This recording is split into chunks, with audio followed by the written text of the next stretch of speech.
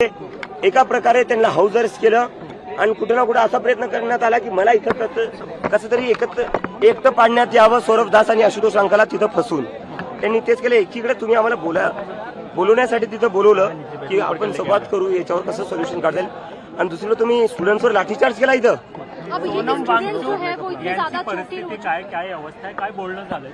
माझं सोनम सरांसोबत बोलणं झालंय, कारण की पोलीस अजूनही त्यांच्यासोबत बोलणं होऊ देत नाहीये। त्यांच्या वाईफ सोबत माझं बोलणं झालंय। त्यांची वाईफ सांगते की त्यांनी अनशन पुढे सुरू ठेवणारे आहेत ते, आणि आम्ही सगळे खूपच चिंतित आहे त्यांच्यासोबत। मला अडवत आहेत आणि फोन घेऊन जाना अलाउड नहीं है। तिकडे छाती पर पैर दिया है और इसकी छाती पर पैर देकर इसको पीटा है।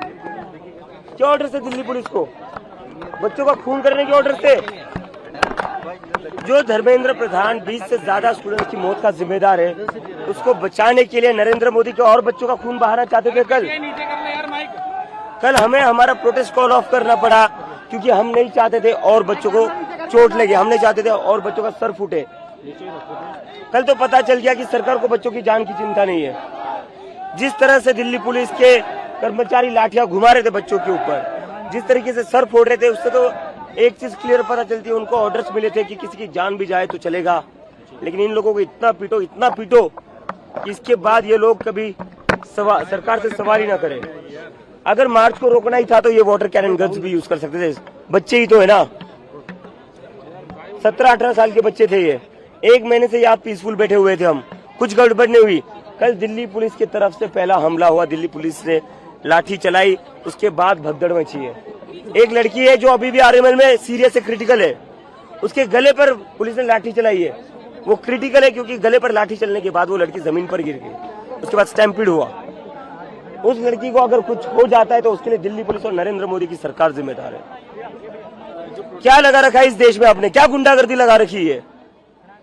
आंदोलक जख्मी झाले, 150 से ज्यादा अभी तक मेरे पास जो नंबर आया, 150 से ज्यादा स्टूडेंट्स हॉस्पिटल में। कल मैं आरएमएल में जाकर मिलकर आया हूँ, बहुत ही हालत खराब है बच्चों की। अभी मैं यहाँ से लेडी हार्डिंग हॉस्पिटल जाऊंगा और स्टूडेंट से मिलने के लिए। Let me finish. ये जो भी कल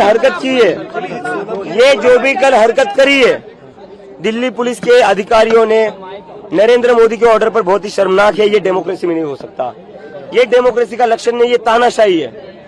और इतने सारे पत्थरों के ट्रक कल कहां से आए थे? यहाँ पर दिल्ली पुलिस परिंदे को भी परने मारने दे रही है। यहाँ पर हमारे एक एक बंदे की बैग चेक हो रही है, एक एक बंदे की जेब चेक हो रही है। बैरिकेड्स पर बैरिकेड पूरा ब्लॉक कर रखा था, लोगों को अंदर नहीं आने दिया जा रहा था। ऐसे में पूरे जंतर मंतर के आसपास पत्थरों भरे ट्रक कहां से आए? दिल्ली पुलिस इसका जवाब दे। दिल्ली पुलिस ने पहले ही पूरी तरीके से प्लानिंग करके ये ऑर्केस्ट्रेट किया है। कल सिविल ड्रेस में भी कुछ लोग जो पुलिस ने थे, उनके हाथ में भी बैटन दे दी थी, डंडे दे दिए थे। गुंडे भरे थे दिल्ली पुलिस के वर्दी में। कल नेम टैग हटाकर इन्होंने बच्चों को पीटा है। और ये क्या मतलब, क्या चल रहा है इस देश में? 12-12 साल के बच्चियों को मार रहे हो आप लोगों को, शर्म नहीं आती है? कल सोनम वांगचुक अपना अनशन खत्म करने वाले थे, हमने बहुत मुश्किल से उन्हें कन्विंस करा था। कल उनके अनशन का 23वां दिन था, बड़ी मुश्किल से हमने उनको कन्विंस किया था अपना अनशन तोड़ने के लिए। हमने कहा था सर कल प्लीज अपना अनशन तोड़ दीजिए, हम आपकी जान और धोखे में नहीं डाल सकते, your life is too valuable for this country. वो कहीं ना कहीं जाकर मान गए थे, लेकिन कल की ब्रूटैलिटी देखकर, पुलिस की ब्रूटैलिटी देखकर सोनम सर ने अपना अनशन जारी रखा है। उन्होंने अनाउंस किया है कि वो अपना अनशन पीछे नहीं लेंगे, and this is very serious. Sonam sir से मेरी जितनी बात हुई थी, उनके जितने डॉक्टर से मेरी बात हुई थी, उनकी वाइफ से जितनी बात हुई थी, उनकी जो बॉडी हो 20-21 दिन तक ये अनशन टॉलरेट कर सकती है। उसके beyond his life would be in threat. जब तक वो यहाँ पर थे उनका मसल मास लॉस हो रहा था, और डॉक्टर्स ने तभी कहा था कि 3-4 दिन बाद इनके ऑर्गन्स भी डैमेज हो सकते हैं। 4 दिन हो चुके सोनम सर को यहाँ से ले जाकर। सोनम सर का कल जो किया है अनशन, उन्होंने प्रोलॉन्ग करा है, हम नहीं चाहते थे ऐसा हो। बहुत ही दुखद बात है कि उस इंसान को अपना अनशन बढ़ाना पड़ा है। और उन्होंने ये कहा है कि पुलिस की ब्रूटैलिटी को देखते हुए, कल पुलिस ने जो बच्चों पर अत्याचार किया, बच्चों पर जो लाठियां चलाई, उसको देखते हुए वो अपना अनशन जारी रखेंगे। हम नहीं चाहते और बच्चों को चोट है। हम क्या चाहते हो आप लोग, और बच्चों का सर फूटे? अभिजीत एक तो क्वेश्चन धरना आंदोलन कब तक चलता ये रहेगा? चलता रहेगा, हम पीछे नहीं हटेंगे, हमारा आंदोलन ऐसे ही चलेगा।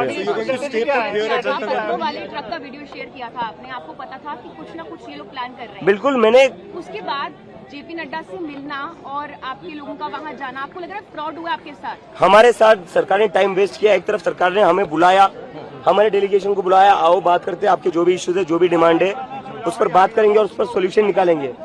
उन्हें वहां पर बुलाकर उनके मोबाइल जब्त कर लिए। आशुतोष रांग और सौरभ दास को एक तरीके से जेपी नड्डा के घर हाउस अरेस्ट कर लिया गया था, उनको निकलने नहीं दिया गया।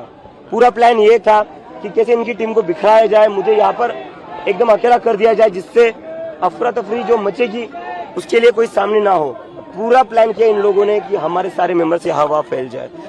इसीलिए उन्होंने आशुतोष रांग को और सौरभ दास को 5 घंटे तक जेपी नड्डा के घर पर बिठाकर टोटल टाइम वेस्ट किया है। एक तरफ आप बातचीत करने बुलाते हो और दूसरी तरफ बच्चों पर लाठियां चलाते हो। नेम टैग हटाने के ऑर्डर्स दिए थे पुलिस को, नेम टैग हटाकर इन लोगों ने पीटा। उसके बाद में कोई और मैसेज आया शाम में गवर्नमेंट की तरफ से या कुछ नहीं? अब इसके बाद गवर्नमेंट को बात करनी है तो उन्हें जंतर मंतर आना पड़ेगा, हम नहीं जाएंगे उनके पास। अभिजीत इतने वीडियो सामने आ रहे हैं कि कैसे पुलिस ने क्या किया, हर घटनाक्रम का वीडियो मौजूद है, उसके बाद भी दिल्ली पुलिस बोल रही है कुछ नहीं हुआ।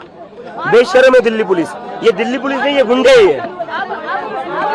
मराठीमध्ये सांगा आता किती दिवस आंदोलन सुरू राहणार? किया जा रहा है कि इस पूरे प्रोटेस्ट का विदेशी कनेक्शन है, इस तरह का नेगेटिव ऐसे वीडियो सारे मौजूद हैं। विदेशी कनेक्शन इसलिए अपने बच्चों का सर फोड़ रहे हो तुम, विदेशी कनेक्शन इसलिए अपने ही देश के बच्चों का सर फोड़ रहे हो, क्या लॉजिक है ये? Should we assume that you will not do a march anymore right now? We are not going to do a march because this government and the police wants the blood of the students. They don't care for the life of the students, but we do care for them. We don't want any student to get hurt. What we have seen yesterday was really tragic. It was a black day for India. This is no longer a democracy. Abhijit मराठीमध्ये सांगा किती मुलं protest जखमी चलता आहेत? रहेगा। Sonam sir अनशन पर रहेंगे, प्रोटेस्ट चलता रहेगा। मराठीमध्ये सांगा किती मुलं जखमी आहेत आणि आंदोलन किती दिवस सुरू राहणार? आतापर्यंत माझा जो आकडा आलेला आहे 150 पेक्षा जास्त मुलं जखमी आहेत। मी काल RMN हॉस्पिटलला जाऊन भेटून आलो काही मुलांना, त्याच्यात एक मुलगी जी आहे ती क्रिटिकल आहे, तिच्या गळ्यावर दिल्ली पोलिसांनी लाठी मारली आणि त्यामुळे तिला खूप जखम झालेली आणि ती जमिनीवर पडली, त्यामुळे स्टॅम्पेड झाला लाठी चार्जमुळे, त्यामुळे ती क्रिटिकल आहे। तिला जर काही झालं तर दिल्ली पोलीस आणि नरेंद्र मोदी यांच्यावरती जिम्मेदारी असेल आणि आमचं आंदोलन जे आहे ते चालूच राहील। आम्ही आंदोलन मागे घेणार नाही।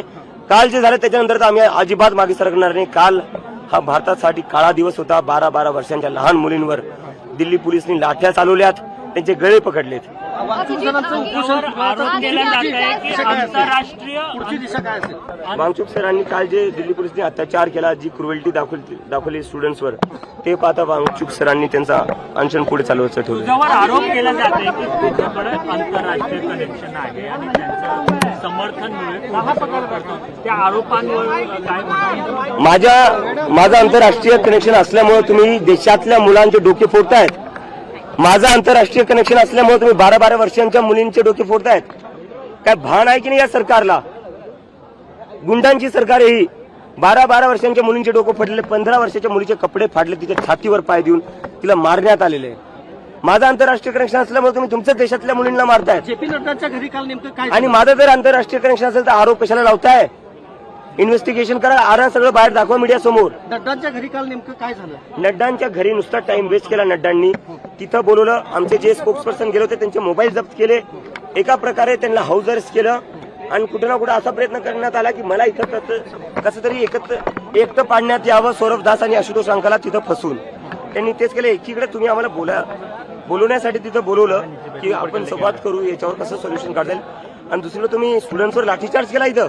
सोनम वांगचूक यांची परिस्थिती काय अवस्था आहे, काय बोलणं झालंय तुझं? माझं सोनम सरांसोबत बोलणं झालंय, कारण की पोलीस अजूनही त्यांच्यासोबत बोलणं होऊ देत नाहीये।